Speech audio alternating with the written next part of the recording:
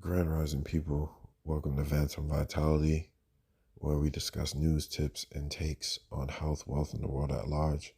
If you don't know who I are, my name is Phantom Noir. Here's your daily news update. So we're going to start off with the Bitcoin and Ethereum price right now. We have Bitcoin at 47,000. Bitcoin has been getting slapped this entire month, to be honest with you. Actually, as you can see, the past 2 months, Bitcoin has been getting slapped. Ever since Bitcoin hit its all-time high, it hasn't even come anywhere near it. It hasn't come anywhere close. And it's been in this battle to maintain a position around 45 to 50K is what I've been noticing. So the lowest that it's gotten in terms of Bitcoin price was around, I like to say 45K, because that was like the range that's like the lowest range. It hasn't hit 45K as of yet, but the closest it hit is 46,328. Actually, you know what? Yeah, 46,328. So that's pretty, I mean, this is like right there. So I'm thinking that's going to be the range that we're going to see right now as the fighting range. I'm not sure what's going on as to why. I could give some guesses as to why. We have options that are going to expire at the end of the year. We have people getting ready to pay their taxes for crypto.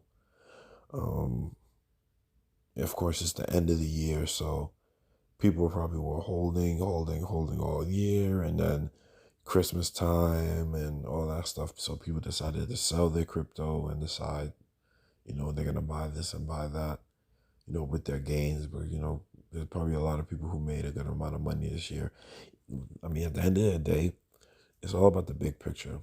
So even when you look at Bitcoin, right, if you look at it from a yearly standpoint, you'll see that this time last year, Bitcoin was at, it was like it was at under 38. Honestly, it was at 30. It was at 30K. It was at 30K.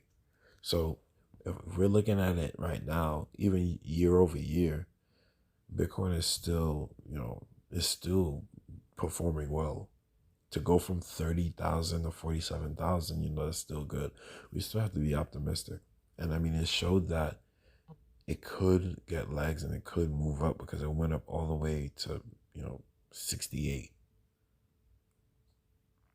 And I know a lot of people were talking about, it was going to 100K and all this, that, and the third. The thing about it, I never believed that, because you can't be, a shrimp, for lack of a better term. You can't be shrimps and, salmon and, even sharks talking about Bitcoin is going to go to this amount and that amount, and the whales can hear you. If this was some kind of if the whales were saying in the quiet that they were going to push the Bitcoin price to $100,000, it would make more sense for that to be the scenario. But because everybody is saying that Bitcoin is going to $100,000, all they were doing was waiting for people to ape in on that news, and then they were just going to gobble up all of that. Because the manipulation, and this is the harsh reality now, beforehand, Bitcoin didn't have as much manipulation as it had before. But now that more faith is into it, and now that more people are into it, and now that more institutional investors are into it, we're going to see more manipulation. We're going to see more, coordinated dumps. They're going to be like, okay, we're going to dump at this time, we're going to dump at that time. But right now, what it's looking like is, because what I love about Bitcoin, from just looking at the market, it's weird because, for other people in older generations, they had the stock market for this. But with Bitcoin, when you look at the, the order book, let's say you're on one of those leverage platforms, which is one of the things that I liked about being on the platforms. just looking at how fast everything is moving, and then you see the battle. There's like a battle going on. There's a battle between the people who are saying, yeah, we want the Bitcoin price to go higher, and the people who are saying, no, we want it lower. So it's always dependent on the value. So what I would look at whenever I'm looking at Bybit, I would see people like throwing in like huge like numbers. We're talking about people putting in like 100,000.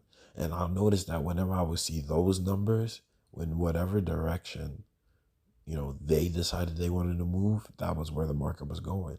And it's just the reality of the situation that the bigger your money, the more moves you can make.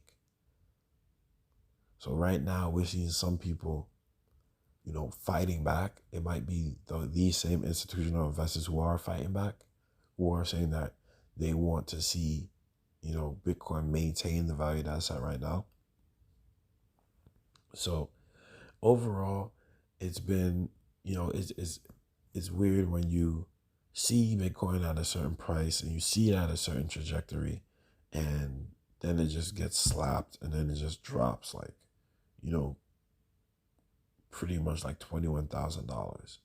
It comes down $21,000, and you're like, damn, you're kind of down. But at the same time, this is buy season, so it's not financial advice. I don't give financial advice, but it's looking good if you believe in Bitcoin in the long term, you want to buy the dip, you want to buy into that because you know that it's already been at 68.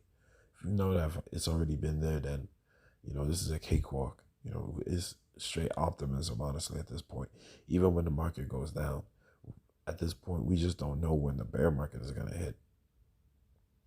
And we don't even know what that looks like. We don't even know if we're in it right now, So we need like a bit of confirmation for that. I don't think that we're in a bear market yet, because I was in the last bear market. I've been in this since 2017. So I'm like, it's not like I'm brand new to this, but I feel like in order to really understand it, you have to go through both markets. You have to go through a bear market, and then you have to go through a bull market. Or you have to go through a bull market, and then you have to go through a bear market. Personally, I think it would have been better if I started during a bear market, but I started during the bull market of 2017. So when I saw Bitcoin get slapped, like really slapped, it was like, damn. It was to the point where I like was not even looking at crypto anymore. I wasn't paying attention to it. It was at that point. But now I know that the next time that happens, the next time Bitcoin really gets slapped, that's the point where you're just buying up, learning, building up whatever. Like if you have an idea, this is the other beauty about crypto. The other beautiful thing about it is that it's creating an economy of people who, you don't need to be a certain kind of whatever to build anything. If you want to build a series of NFT artworks, you can do that. If you want to build up your own crypto project, you can do that. And if you get enough people to believe in it, then that project will go up.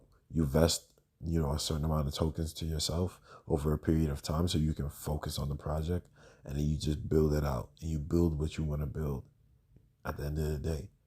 If you want to invest, you can invest. You can do a lot. This is why we're talking about this, because this is the future. This is the future of money.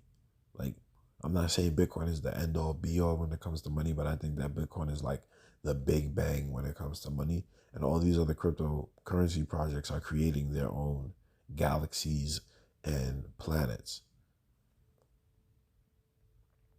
So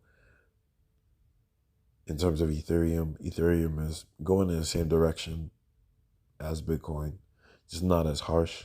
It's at 3,700 right now, around 3,752 if you want to be specific about it.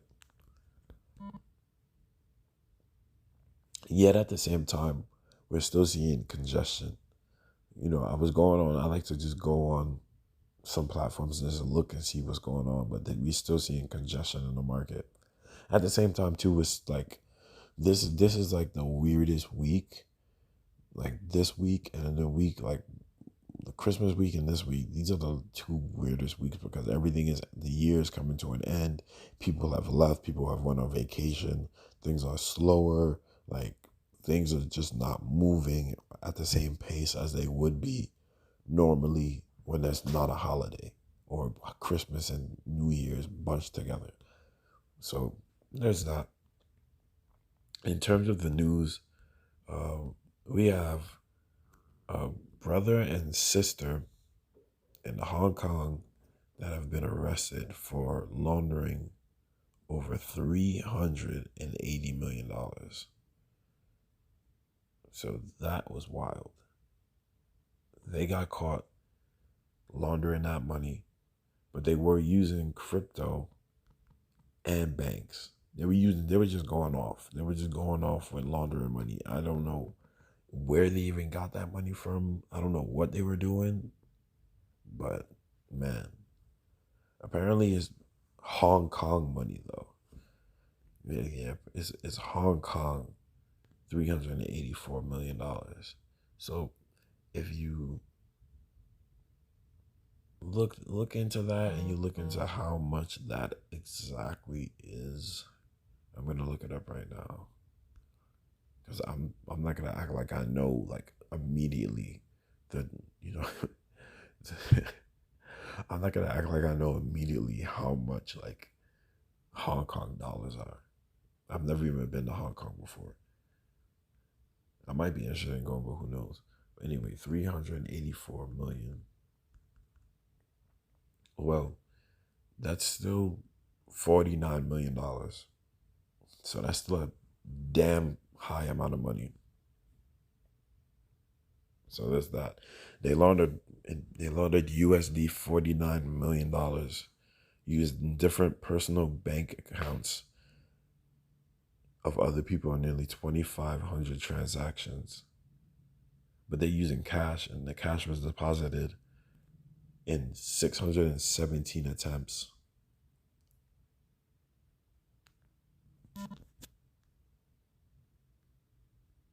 Through ATMs on late nights. So, pretty self-explanatory what was going on here.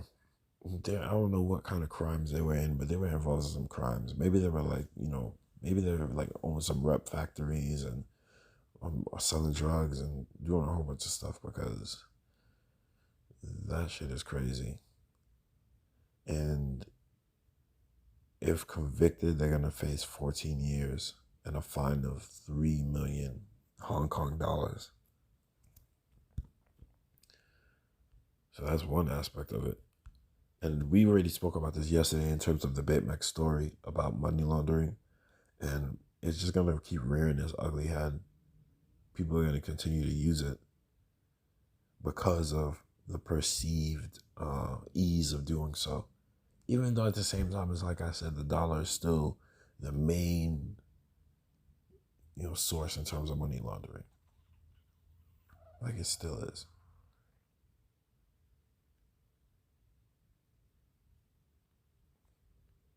At the end of the day, this kind of stuff is going to happen whether it's crypto or not. If crypto wasn't there, it still was going to happen. I just want to know where they got the money from.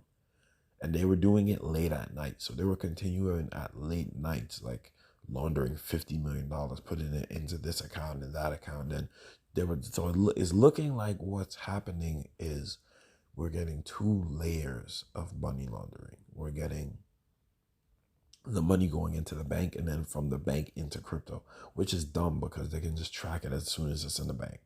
As soon as it's in the bank, they can track it from there. So I don't even know what they were thinking, what they were doing. So that it is what it is from there. Moving on, we got a story out of Iran from Bitcoin News that they will be allowing renewable power plants to supply crypto miners with electricity. So this is interesting. This is very interesting. Because we had this story a while back. There was a story a while back about Iran. They were taxing their miners, and then they put their miners to a halt because they were using too much electricity. But now we're seeing that they're going to be using the renewable power plants to supply the crypto miners, which is the direction that the world is moving in at a whole. This is the future of money right here. This is why I love certain projects like Power Ledger. And this is why I'm like in support of what Elon Musk is doing with expanding the demand for solar panels and changing how solar panels look and changing like what it's really about. Because ultimately, this is how we, walk into that resource-based economy that is way more efficient than the current system that we're in, where a group of bankers just, quintillion on and print however much money they want. So let's get into this story. It's saying regulated companies mining cryptocurrency in Iran will gain access to green energy. The Ministry of Energy in Tehran has adopted new rules allowing plants generating electricity from renewable sources to supply coin minting enterprises that operate within the law. Okay.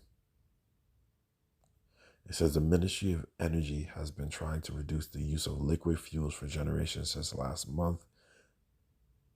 And shutting down licensed crypto farms is among a range of measures aimed at avoiding electricity shortages this winter. So that's what I was talking about, how they had to shut down a lot of those crypto operations because they were using so much electricity.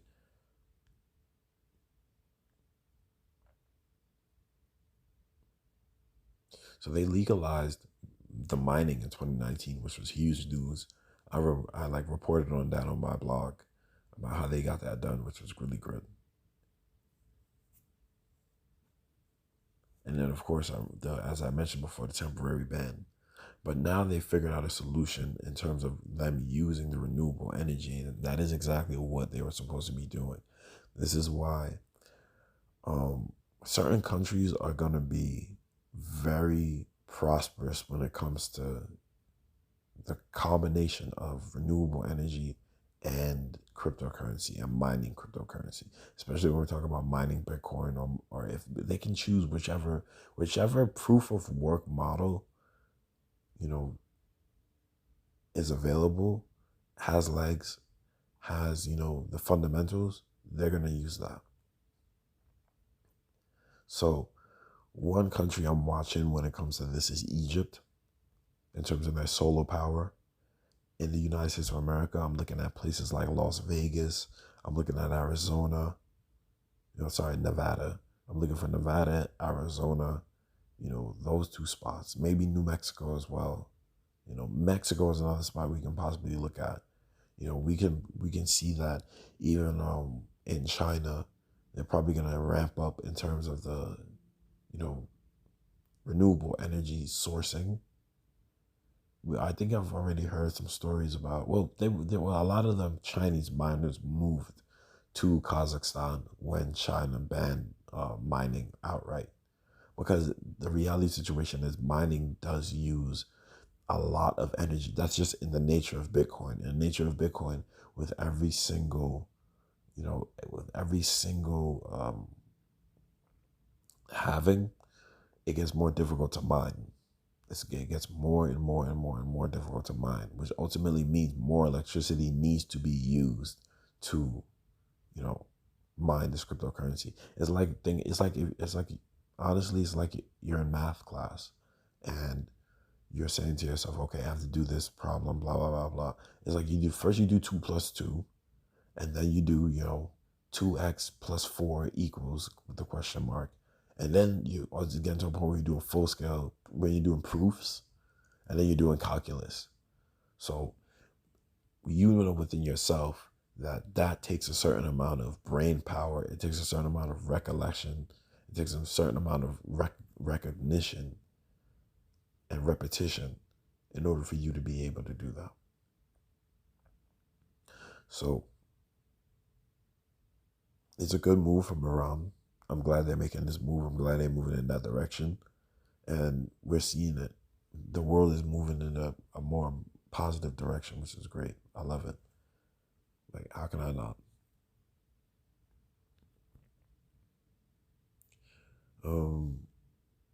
Looking on, it's like I said yesterday, like everything is just moving slow. There's not much going on because the year is winding down. There's a story coming out about Anthony Fauci and how he is expected to break a record by collecting tens of thousands of dollars in retirement checks once he quits his job. And if you didn't know by now, Anthony Fauci gets 350 million, not million, sorry. That's probably how much he has like hidden that Big Pharma gave him. But he has $350,000 in annual retirement benefits that he's going to be receiving. And it's crazy when you think about it because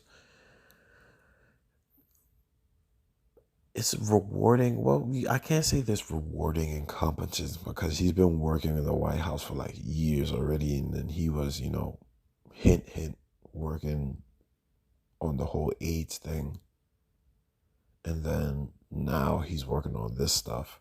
And in the middle, between all of that, he wasn't really like that known. He wasn't making a lot of noise. So, but for his pension to hit 350,000, I'm trying to figure out how much he makes now. Okay, so it says that he makes $432,000 a year.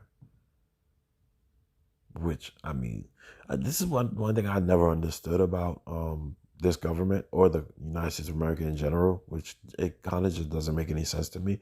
It doesn't make any sense to me how government officials make more than the people that they're supposed to be, working for. That doesn't make any sense to me. It makes absolutely no sense.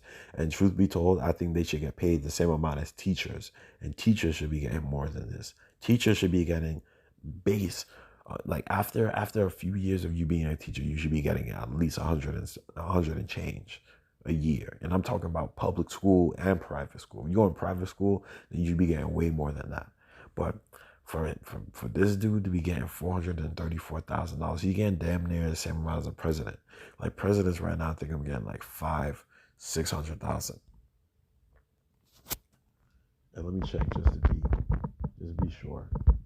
Let's check how much Joe Biden's salary is right now.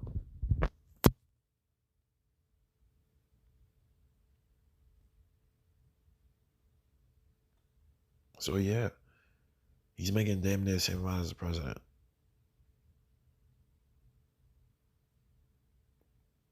Because we're seeing $400,000 is how much presidents get.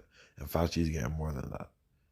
To lie and say a whole bunch of wild stuff and to freaking lead on this just bizarre path that we've been put on.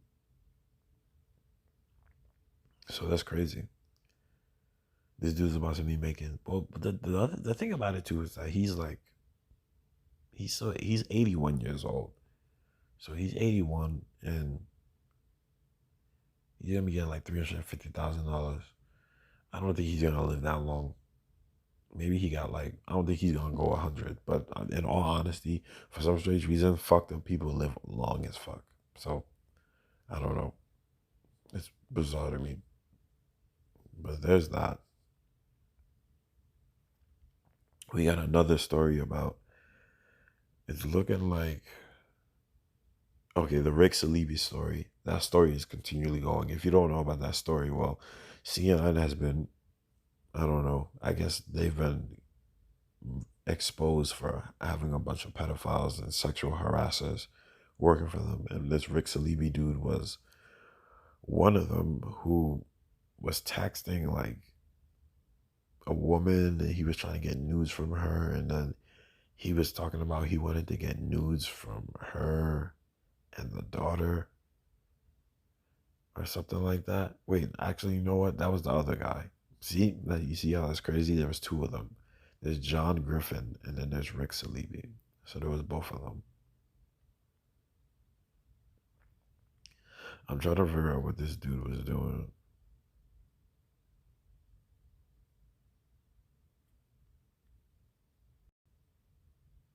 Okay, so pretty much what I'm looking at, it says, an ex-producer for CNN's The Lead with Jake Tapper is reportedly being investigated over serious allegations of child sexual abuse. And Fox News reported it. So naturally, that's hilarious. Even though apparently one of the dudes that is involved in this used to work for Fox News. Statement by Virginia's Fairfax County Police Department on Wednesday appeared to confirm that a probe had been launched into Rick Saleeby.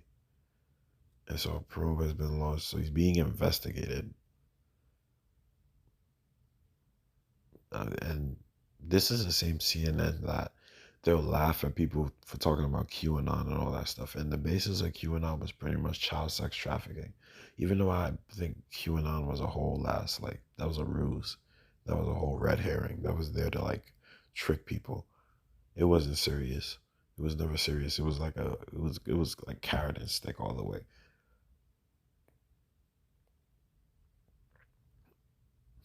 So yeah, they're saying that it was first reported by Project Veritas, and he was getting photos from a former sex worker who he had a relationship with for 10 years.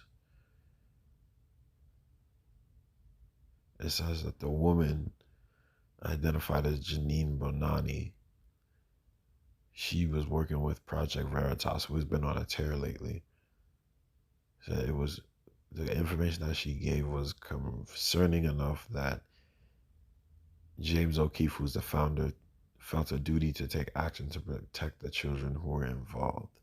So pretty much it sounds like the woman that he was having like a transactional sexual relationship with was showing that he was taking it a little bit too far and going for kids, which is crazy.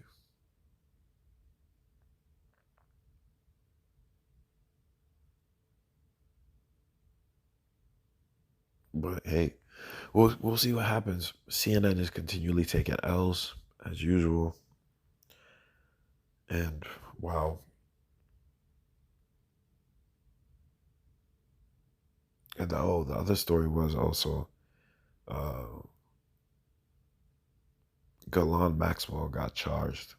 I mean, that was pretty obvious though that she was going to get charged. She was found guilty of 5 of the 6 charges related to the whole Jeffrey Epstein situation. So that happened finally. But I think we all knew that was going to happen. I don't think she was going to get out. There was no way she was going to get out of that situation. Epstein took the easy way out, and she had to tough it out herself. So they're saying that she can face 80 years in prison. I mean, this is another thing that's weird to me. Why would you charge people who are already about to die? Sentences that's longer than their lives. What are you gonna do? You're gonna lock up their casket?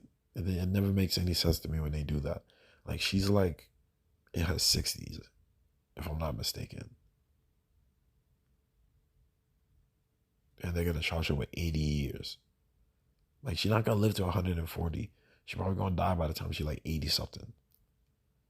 But I guess they do that to make the crime look, even more heinous, and to make the punishment even more heinous. And of course, it's counts. So it's for every single crime that you're found guilty of on the count, you get a certain amount of years for that. So I guess they're gonna give her 16 years for every single count that she was found guilty on. But yeah, that whole story was crazy. And there's another story that CNN covered up and all the mainstream media covered up. So look at how both of those stories is linked up. We got people in CNN having a inappropriate interest in children and being caught for it. We got Chris Cuomo covering up for his brother who was sexually harassing people on the job as governor of New York. And meanwhile, in New York, we had the whole situation with Jeffrey Epstein going on, because that's where he was based. That's where he was born. That's where he was from. That's where it all started. Jeffrey Epstein used to be a teacher. He was a pervy teacher from Dalton. He used to mess around with students. All right. And I don't know what happened in between then, but he started linking up with certain people. He linked up with Les Wexner, who is the man who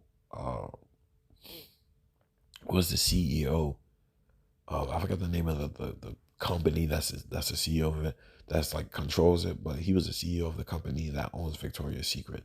And Victoria's Secret was huge. I mean, they still probably make sales nowadays, but they took a big hit after this whole story came out. And if you put two and two together, young girls, lingerie models, Jeffrey Epstein, trafficking, you know, the that prince over in England, who's Prince Andrew. Bill Clinton was on this dude's flights. Trump was messing with this dude. And the way that Trump looked at the situation, me personally, if you really want my honest opinion on who I think killed Jeffrey Epstein, I think it was Trump. I think Trump did it. Me personally. And I know that everybody wanted him to do it anyway. He had the burden on his shoulders to do it. Because he's getting calls from Hillary, he getting calls from this, that, and the third, people talking about, yo, bro, we gotta handle this situation. Because him and Hillary definitely talk. That's the thing about politics too. All of this is just smoke and mirrors. It's all just a big puppet show. But at the end of the day, they're all involved. Because I think what happened with Trump was Trump got caught up. And there's a story about Trump in terms of a 14-year-old girl who was suing him and accusing him of rape. So there are definitely some things going on between them, even to the point where Epstein was recruiting girls out of his like resorts, like I think it's Mar-a-Lago resorts or whatever. He was recruiting girls out of there. And this is what Galon Maxwell was doing. That she would go in, she would find girls, she would brainwash them, indoctrinate them, and then bring them in so they can make some quick money. And it's like they're young, they're young girls, right? They're like, there was some girls as young as I think they said 11 or 12. And they go into these young girls and telling them, oh, it's like it's literally the episode of South Park. It's literally an episode of South Park where Butters became a pimp. And Butters was out here telling them, oh, you want to make some money. And they were like, okay, yeah, what do I have to do? And that's what they were doing. And they were going around massaging these, these pasty old white men. And they were getting paid for it. And some of them would get extra groomed by Epstein. And Epstein was a Bond villain, bro. He was a Bond villain. He has this huge, big ass $70 million house in the Upper East Side. He's going to all these events. He know this person, he know that person. I forgot to mention that he knew Bill Gates. Bill Gates and him was cool. Bill Gates hung out with him after he got arrested the first time. Because he got arrested the first time, and when he got arrested the first time, it wasn't even like he went to jail. He was literally leaving the jail to go back home. Who does that? That doesn't even make any sense. How do you get sentenced to jail, but you can leave the jail and go home? He was not in jail. So this whole story came out, and CNN and all the dudes try to cover it up with the QAnon stuff. And they've been covering up this story for the longest. They just wanted to give it minimal coverage. And then when the verdict came out, But there's people who already said that they were covering up this story. They were covering up this story from the jump. So I guess you can say justice has been served, which is the good part about it. So overall, that's what's going on. That's the news for today. I hope you're now even more informed of what's happening in the world at large. And peace.